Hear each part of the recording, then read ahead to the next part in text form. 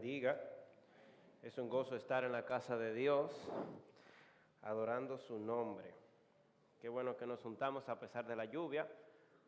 Muchos se quedaron en su casa, pero una parte estamos aquí para adorar el nombre de nuestro Señor. Qué bueno, qué gran bendición y qué privilegio tenemos. Me gustaría invitarles, amados hermanos, que lean conmigo en el Salmo 32. Vamos a leer donde leyó hace un rato el hermano Ronald, en el Salmo 32. Me gustaría meditar en este salmo, en esta canción. Recuerden que los salmos son canciones, ¿verdad? Que fue escrito por el rey David.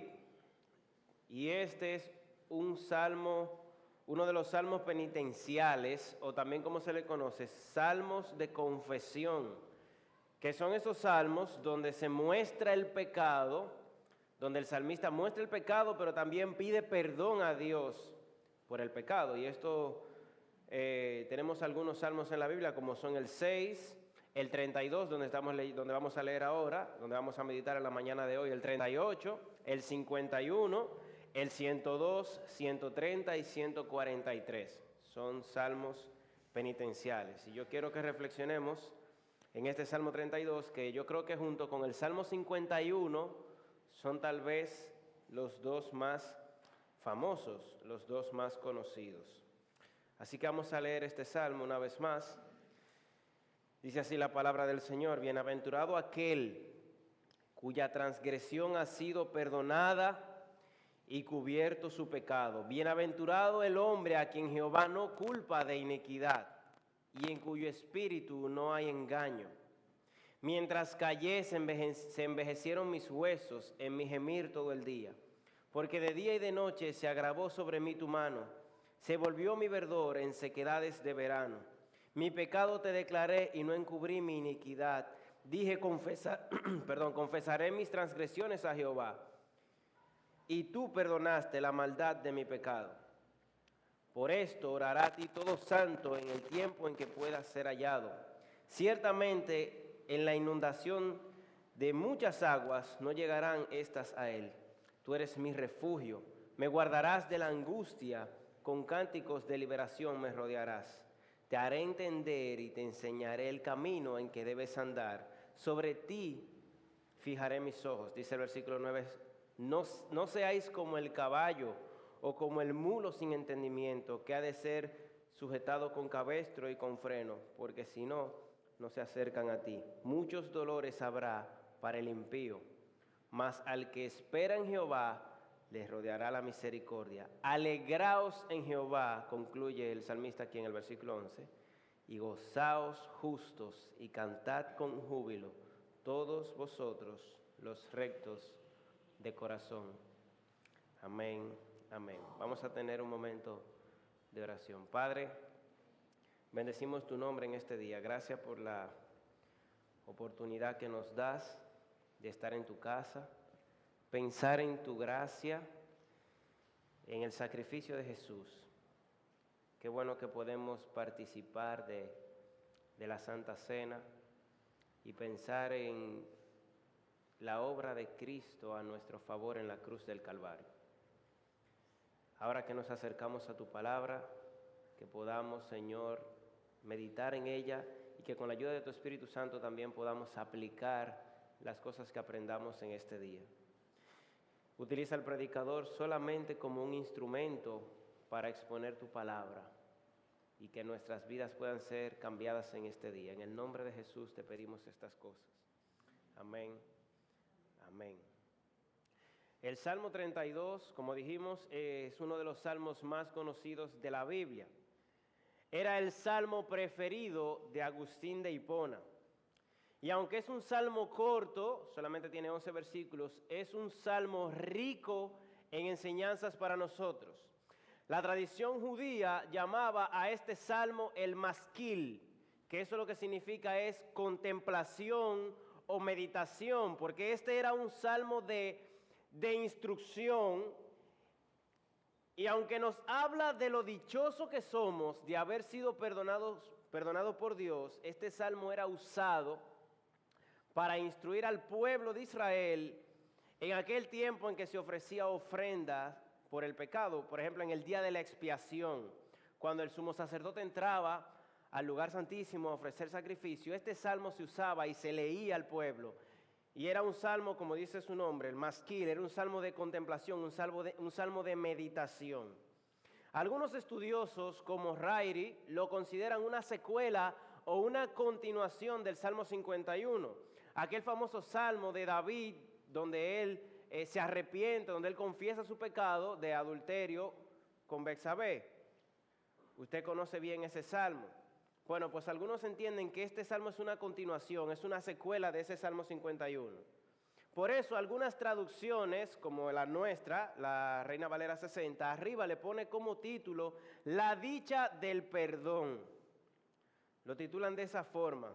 Y yo creo que podemos tomar ese título para titular también el mensaje de esta mañana, La dicha del perdón.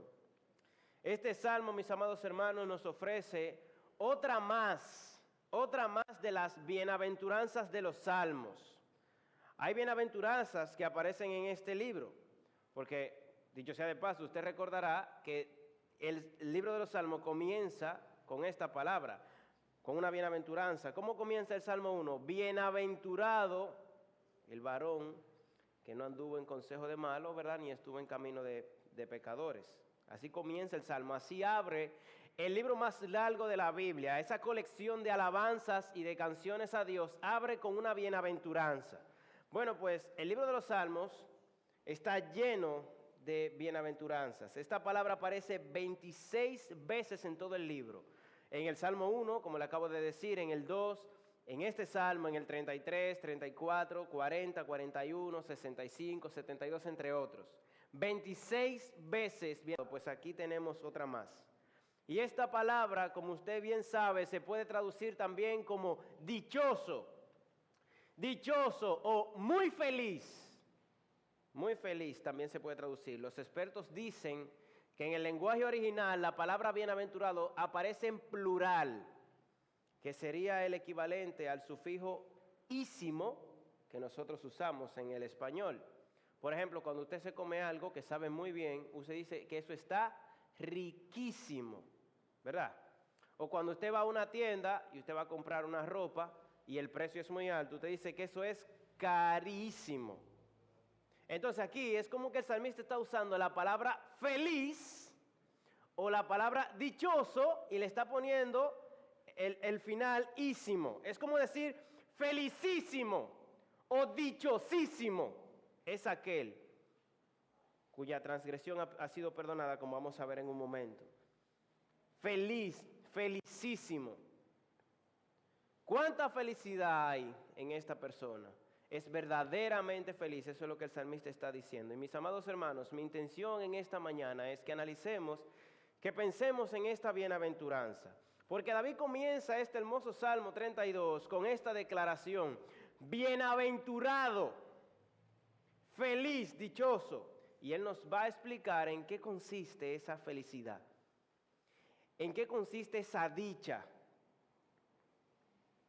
Pero no solamente él tiene la intención de explicarnos en qué consiste la bienaventuranza, sino que también, en segundo lugar, nos explica su experiencia, nos habla de lo que él vivió.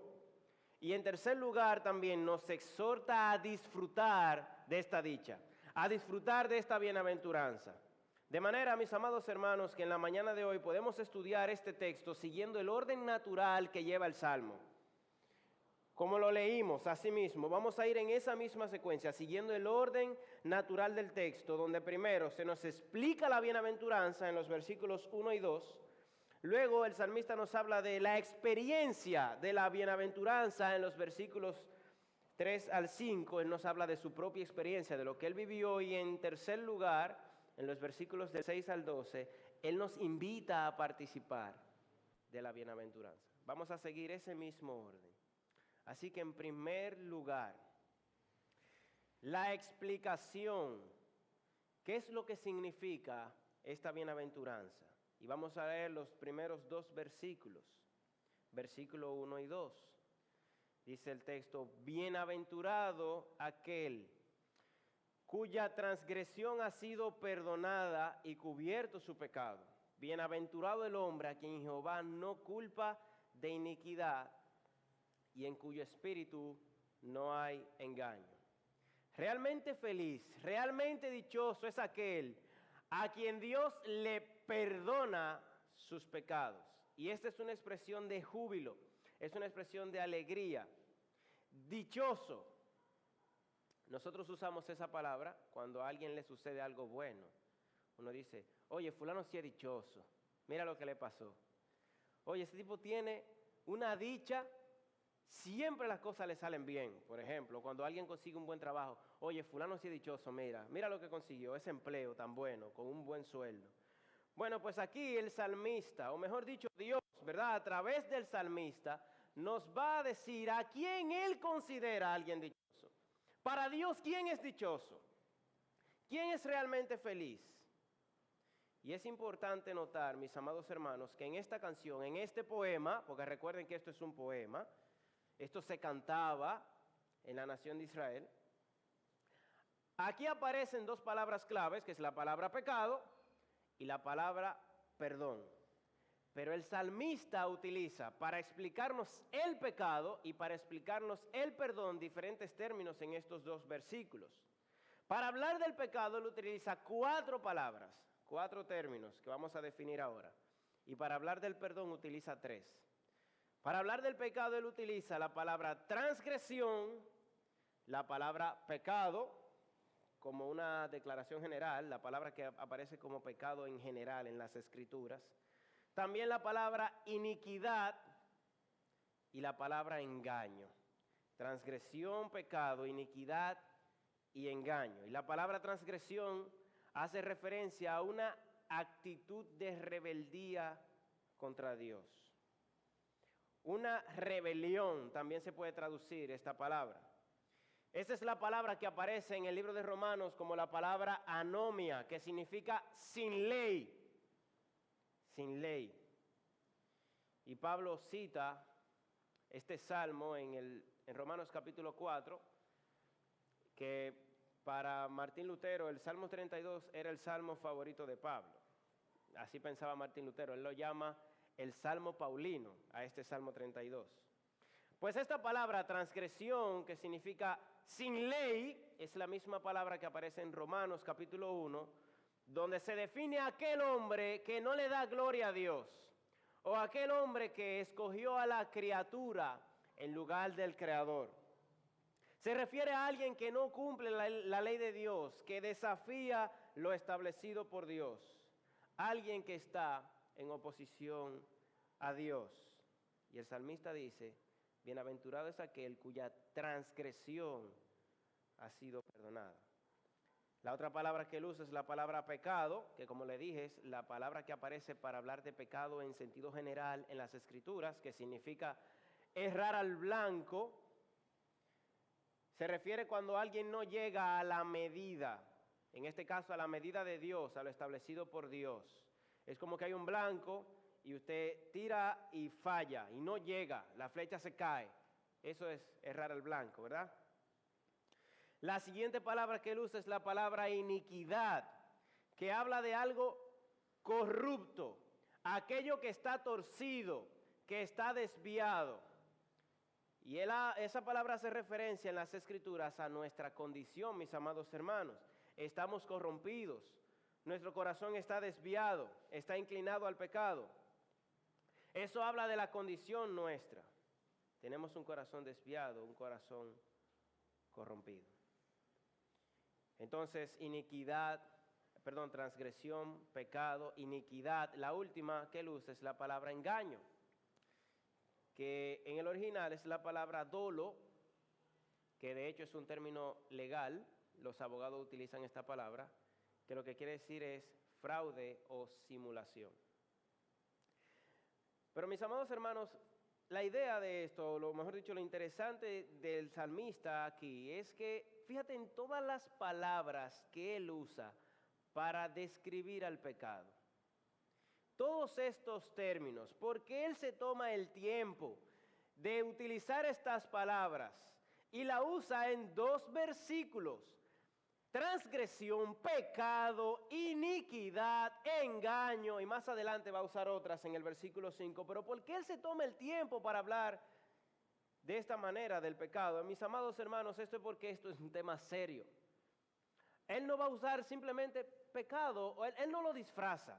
Él no usa la palabra un desliz, o él no utiliza la palabra como a veces nosotros la utilizamos. No, eso fue una equivocación. No, aquí esto es pecado, esto es transgresión, iniquidad, engaño.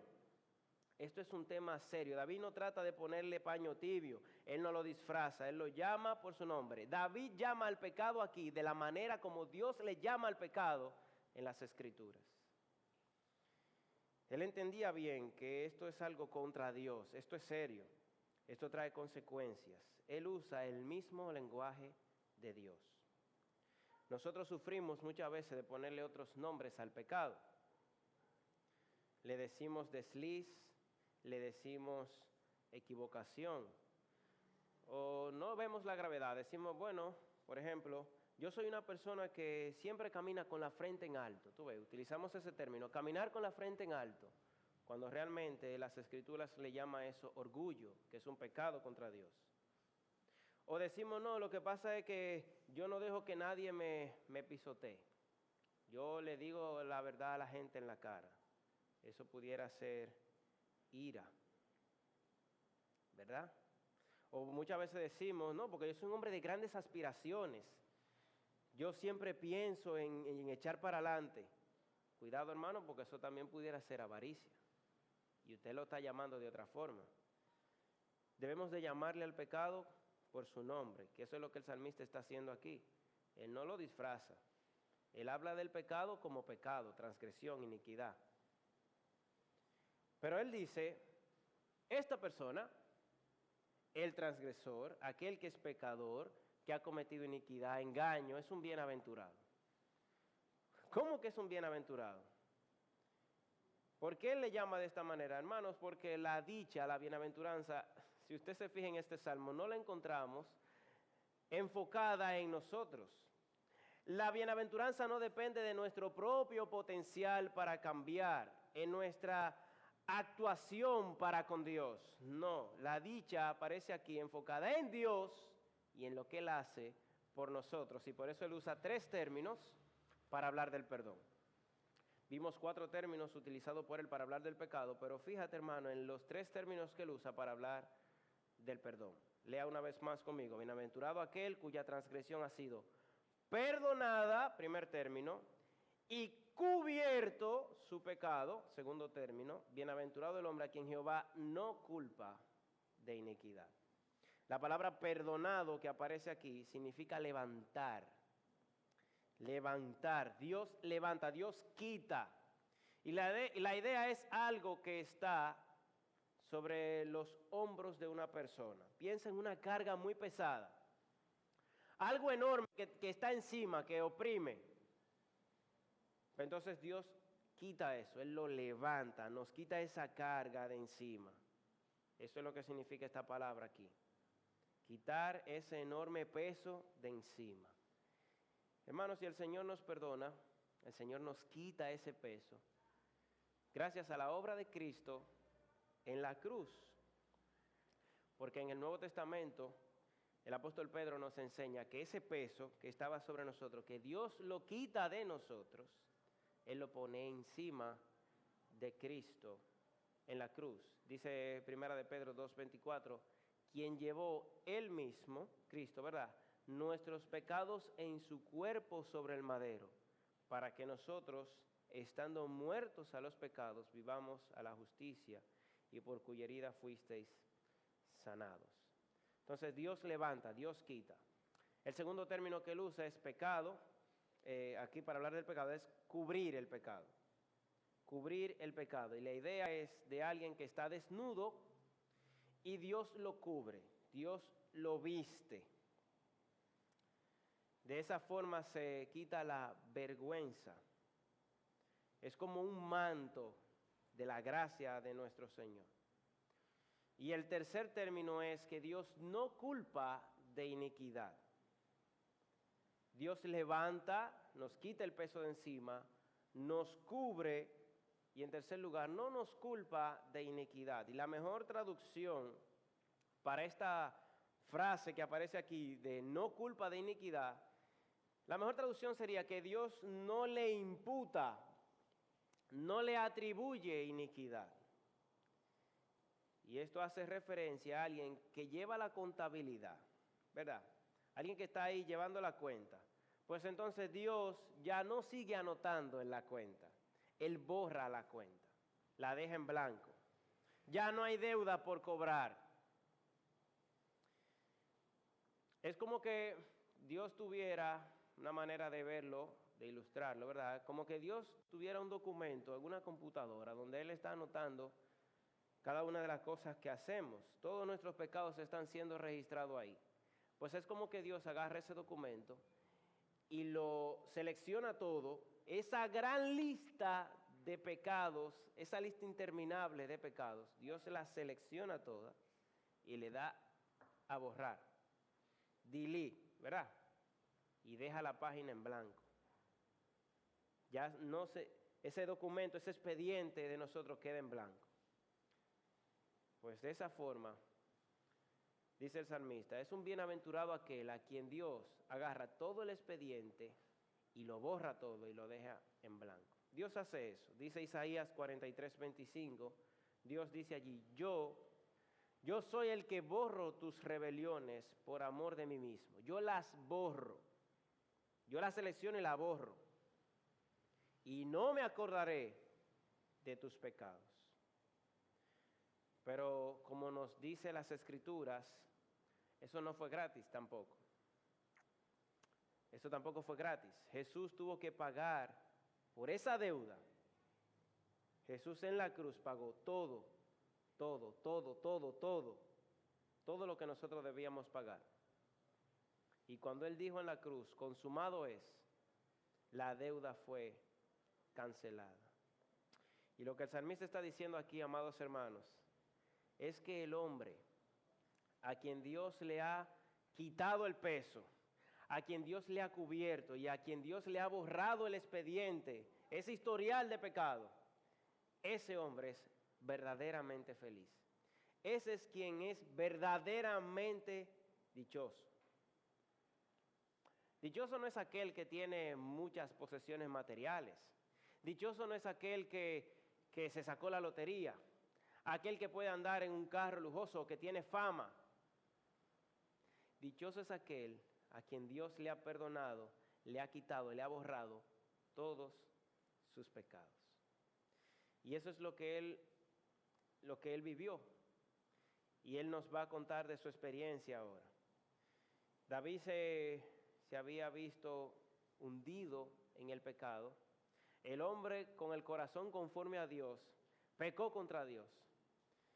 Y Él nos va a contar un poco de eso, pero Él nos va a contar cómo Dios le perdonó y cómo Él pudo disfrutar de esa dicha. Entonces, en segundo lugar, vamos a ver la experiencia de la bienaventuranza, la experiencia del salmista, ¿verdad? Los versículos del 3 al 5. Dice el texto, mientras callé, se envejecieron mis huesos, en mi gemir todo el día. Porque de día y de noche se agravó sobre mí tu mano.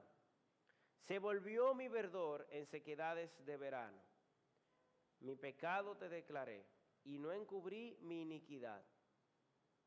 Dije, confesaré mis transgresiones a Jehová y tú perdonaste la maldad de mi pecado. Fíjate como, hermano, como le dije ahorita, que en el versículo 5 él repite los mismos términos que él usó para hablar del pecado, lo trae otra vez en el versículo 5. Él dice, mi pecado te declaré y no encubrí mi iniquidad, otra vez.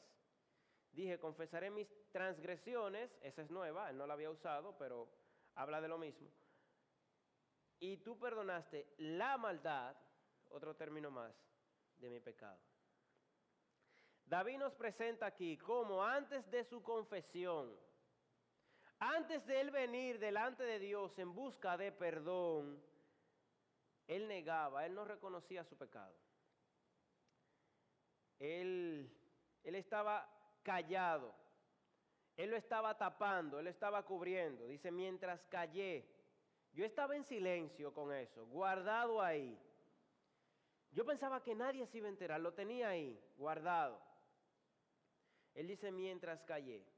Sin embargo, él conoce que en ese silencio, en ese tiempo en el cual él estaba ocultando su pecado, él no era feliz.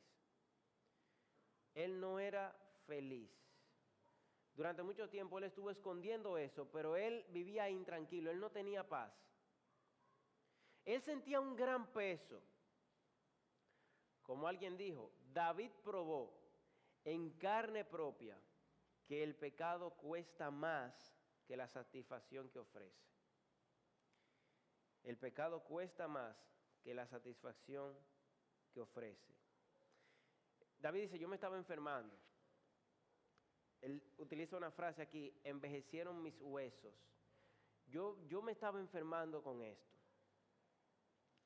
Ahora, en el versículo 4, él nos habla de la razón de esa aflicción que él tenía. Vea conmigo el versículo 4, porque de día y de noche, aquí está pasando algo.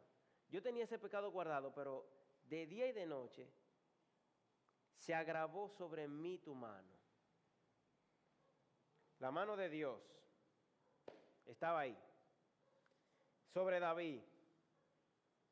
Se agravó sobre mí tu mano. Y esta frase, la Nueva Versión Internacional la traduce, tu mano pesaba sobre mí. La mano de Dios encima de David, pesando sobre él, presionándolo.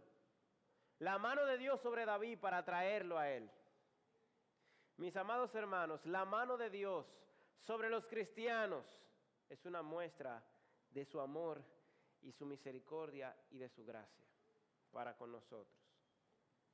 Dios estaba afligiendo a David, no lo dejaba tranquilo. David no tenía paz, David no era feliz, él no tenía tranquilidad. Tenía su pecado guardado, no lo confesaba, duró casi un año con su pecado guardado, oculto. David fue capaz de, para ocultar su pecado, asesinar a un hombre. Mintió de todas las formas posibles.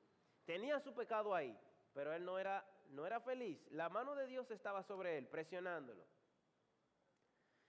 Dios nos aflige de la misma forma, mis hermanos, para que volvamos a Él.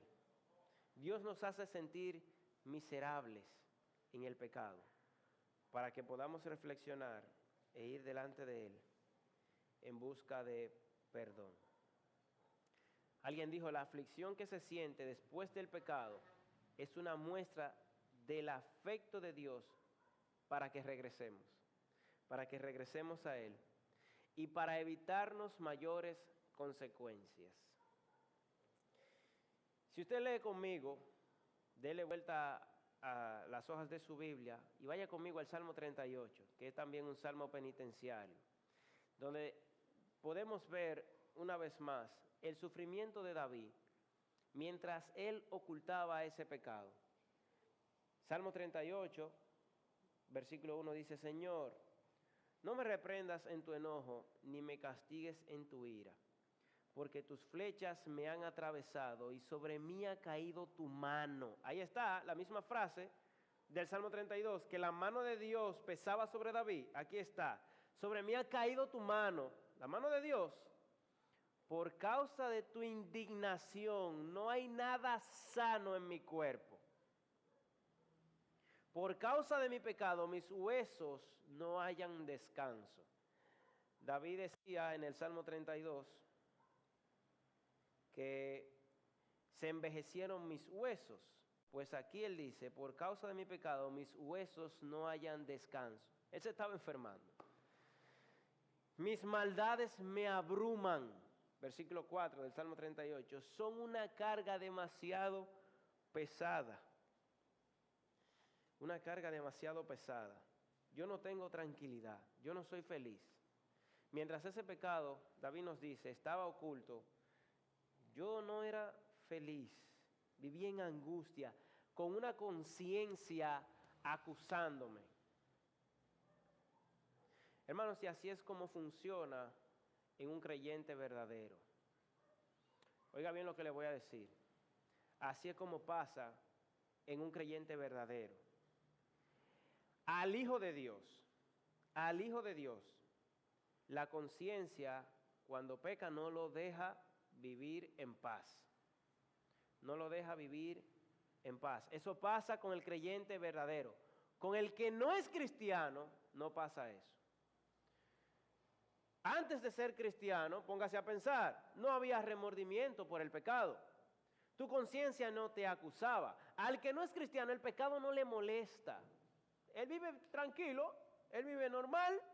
Para él el pecado es un ambiente natural. Es como un pez que está en el agua.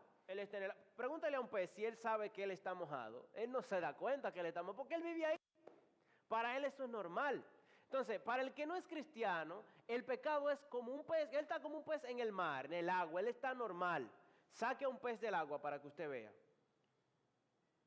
Que entonces empieza a sentirse mal. Entonces, Cristo hace eso con nosotros. Nos saca de ese mar de pecado. De manera que cuando nos mojamos otra vez, ahora el agua nos molesta. Ahora el agua nos ensucia ahora. Esa agua sucia ahora nos molesta. Con el creyente verdadero pasa así. Cuando peca, cuando ofende a Dios, él no vive feliz, él no vive tranquilo, él no vive en paz. Porque ahora el pecado ya no es un ambiente natural para él. El pecado para él ya no es lo normal. Como dice Juan en el Nuevo Testamento, el creyente verdadero no practica, él no vive en eso, él no practica el pecado. Cuando peca, él se siente mal, su conciencia le acusa. Dios, por medio de su Espíritu Santo, nos golpea, nos ataca, nos convence de que hicimos algo mal y usted no puede vivir tranquilo. Necesitamos volver en busca de perdón. Usted siente esa necesidad de haber defraudado a Dios. Si usted no siente eso, cuando peca, hay que revisar. Hay que revisar. Porque no puede ser, oiga bien, no puede ser que la tercera persona de la Trinidad Divina viva en usted. Dios mismo, por medio de su Espíritu, vive en usted y que usted peque y usted no sienta nada. Eso no puede ser posible. Oiga bien, eso no puede ser posible. Si usted ha pecado y vuelve y peca, y usted no siente un remordimiento como de que no siente que ha hecho algo mal, hay un problema ahí. Hay un problema. David pecó, pero su conciencia no lo dejaba vivir. Entendió que debía ir en busca de perdón. Es como si David dice, mira, yo no era feliz, yo tenía que hacer algo.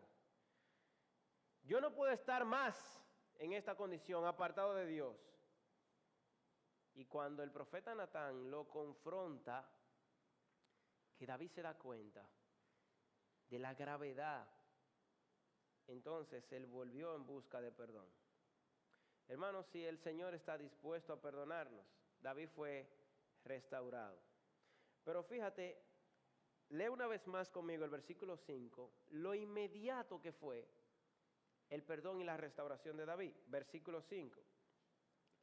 Porque Dios está con los brazos abiertos, dispuesto a perdonarnos. Mi pecado te declaré y no encubrí mi iniquidad. David confiesa. Y dije, confesaré mis transgresiones. Oiga esa frase. Confesaré mis transgresiones a Jehová. Que los comentaristas dicen, como usted lo puede ver ahí, que la frase está en futuro. David está pensando, es como que yo voy a confesar mi pecado. Yo voy a ir, y él está arrepentido, yo voy a ir delante de Dios. Pero la frase que se refiere al perdón aparece en presente. Es como que el perdón aparece primero, está como esperándote que tú llegues. Dije, confesaré mis transgresiones a Jehová y tú perdonaste la maldad de mi pecado. Al instante. Eso no pasó mucho tiempo, eso fue de una vez. Porque Dios está como en la parábola del hijo pródigo, que el hijo venía de lejos, no había llegado el hijo, y el papá lo vio y le abrió los brazos. Dios está dispuesto a perdonar. Dios está más dispuesto a perdonar de lo que nosotros estamos dispuestos a ir delante de Él. En tercer y último lugar, David nos hace una invitación a participar de la bienaventuranza, versículos del 6 al 11. Vamos a leer primero los versículos 6 y 7. Dice, por esto orará a ti todo santo en el tiempo en que pueda ser hallado. Ciertamente la inundación de muchas aguas no llegarán estas a él. Tú eres mi refugio. Me guardarás en la angustia, con cánticos de liberación me rodearás. David está diciendo aquí, todo esto que yo te he contado de mí, de cómo yo era un infeliz en el pecado, todo lo que yo te he dicho hasta aquí es para que tú entiendas esto, para que veas mi experiencia y aprendas de mí, para que tú hagas lo mismo. Hermano, tú tal vez has pecado, tienes un pecado oculto, tal vez estás haciendo algo y tú piensas que nadie se va a enterar, eso está ahí. Como David tenía un pecado oculto, acércate a Dios. David dice, aprende de mí. Yo no era feliz, yo tenía eso ahí, pero eso no te da tranquilidad, no te da paz. Acércate a Dios en busca de perdón, no esperes más, no te quedes como estás. Porque además de perdonarte, Dios te va a ayudar. Dios te va a convertir en un refugio. Él dice, tú eres mi refugio, me guardarás en la angustia. Dios se convierte en una casa de refugio. Y además nos va a ayudar, vea conmigo el versículo 8, nos va a ayudar, Dios nos va a ayudar. Una vez que Él nos perdona, nos va a ayudar a no ensuciarnos más con el pecado. Dice el versículo 8, te haré entender, te enseñaré el camino que debes andar, sobre ti fijaré mis ojos. Y muchos comentaristas entienden que a partir del versículo 8, ya es Dios mismo quien habla. Es como que ya David deja de hablar de su experiencia y ahora es como que Dios está hablando en primera persona. Por eso dice el versículo 8, te haré entender, esto es como que Dios está hablando, que Él nos hará entender, te enseñaré el camino en que debes andar. Qué versículo más maravilloso, que Dios nos va a ayudar. Y el final dice, sobre ti fijaré mis ojos. Dios tiene sus ojos puestos en nosotros. Esa frase, te haré entender, es que Dios está interesado en que sepamos cómo debemos andar. Él nos va a ayudar. Te enseñaré, la idea es de alguien que va adelante, guiándonos, mostrándonos el camino. Y cuando Él dice, sobre ti fijaré mis ojos, es que mira, yo te voy a estar vigilando. Yo te voy a estar vigilando, estaré cerca para que no te vuelvas a ensuciar. Amados hermanos, yo creo que esta mañana es una buena oportunidad para ir delante de Dios, confesando nuestros pecados. Dios está dispuesto a restaurarnos. Yo creo que después de escuchar este salmo y ver la experiencia de David, sería una necedad quedarnos igual. Seríamos unos tontos, seríamos unos necios, como dice David en el versículo 9, no seáis como el caballo, como el mulo, un terco, no seas terco, sin entendimiento, eso es un tonto, alejado de Dios, sucio, en el pecado. No seas como el mulo sin entendimiento, que han de ser sujetados con cabestro y con freno, porque si no, no se acercan a ti. Muchos dolores habrá. El pecado trae consecuencias para el impío. Mas el que espera en Jehová le rodeará la misericordia. Dios es un Dios de misericordia. Él está dispuesto a restaurarnos. Solo nos queda acercarnos a Él. No seamos necios, sin entendimiento. Y el versículo 11, que es el último versículo de este salmo, termina con una expresión de alegría. Porque aunque este es un salmo penitenciario, yo creo que de esa forma es como el salmo debe terminar, con una nota de alegría. Recuerde que el salmo empezó con una expresión de alegría, de gozo, bienaventurado, feliz. Y ahora el salmista concluye con una frase de alegría también. Dice, alegraos en Jehová y gozaos los justos. Eso es lo que trae, el perdón trae eso, alegría, gozo. Y cantad con júbilo todos vosotros los rectos de corazón. Debemos alegrarnos, gozarnos en que tenemos un Dios que está dispuesto a perdonarnos. Hermanos, en conclusión, verdaderamente feliz no es aquel que tiene muchas posesiones materiales o que tiene una fortuna. Feliz es aquel cuyos pecados han sido perdonados. Feliz es aquel que la gracia, la misericordia, la bondad, el amor de Dios le ha alcanzado y todos sus pecados han sido perdonados. Esta palabra que leímos la dijo el rey David. Nunca olvide eso. David, que tuvo una caída escandalosa, pero David fue restaurado. Y eso nos enseña que sin importar cuán bajo hayamos caído, sin importar cuáles pecados hayamos cometido, no importa qué tan duro tú hayas caído o qué tan duras sean las consecuencias de tu pecado, nosotros tenemos un Dios de misericordia que nos restaura, nos perdona. Él está dispuesto, Él es un Dios de misericordia. Esta mañana es una buena oportunidad para ir delante de Dios, confesando nuestros pecados.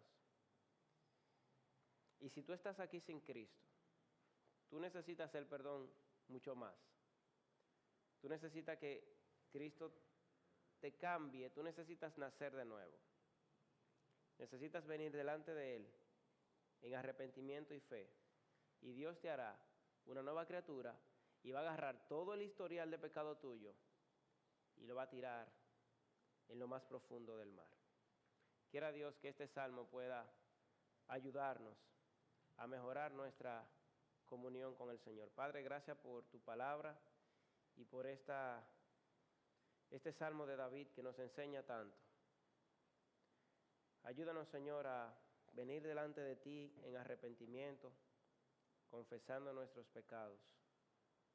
Que nosotros podamos tener una vida de santidad delante de ti. Gracias por tu pueblo que se reúne en este día. Síguenos guiando en el nombre de Jesús. Amén. Amén. Bendiciones, hermanos.